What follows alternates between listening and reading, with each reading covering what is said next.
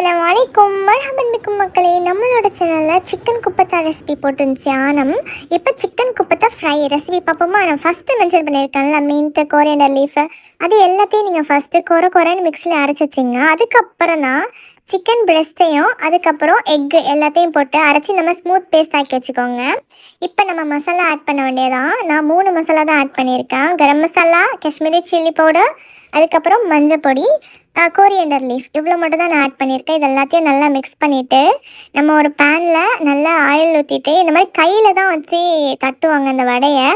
இந்த மாதிரி தட்டி வடை ஷேப்பில் ஆக்கிட்டு நம்ம பொரிக்க வேண்டியதாக. ரொம்ப லோ ஃப்ளேமில் வச்சு போகிறீங்க, இல்லைனா வெளியே வந்து அப்படி தீஞ்சிரும், உள்ளக்க வேகாமல் இருக்கும். ஸோ நம்ம ஸ்லோ ஃப்ளேமில் வச்சு இங்கேயும் ஒரு சைடு திருப்பிட்டு அந்த சைடு ஒரு சைடு திருப்பி போட்டால் சூப்பராக இருக்கும். நல்லா அது பொரியும் போது ஃப்ளஃபினஸ் உங்களுக்கு தெரியும். இப்போ நான் பிச்சு காமிக்கிறேன் பாருங்கள். மாஷா அல்லாஹ், செம்மையாக இருக்குல்ல. ரெசிபி ட்ரை பண்ணிவிட்டு எப்படி இருந்துச்சு சொல்லுங்கள். தேங்க்யூ ஃபார் வாட்சிங். மாஸ்ஸலாமா.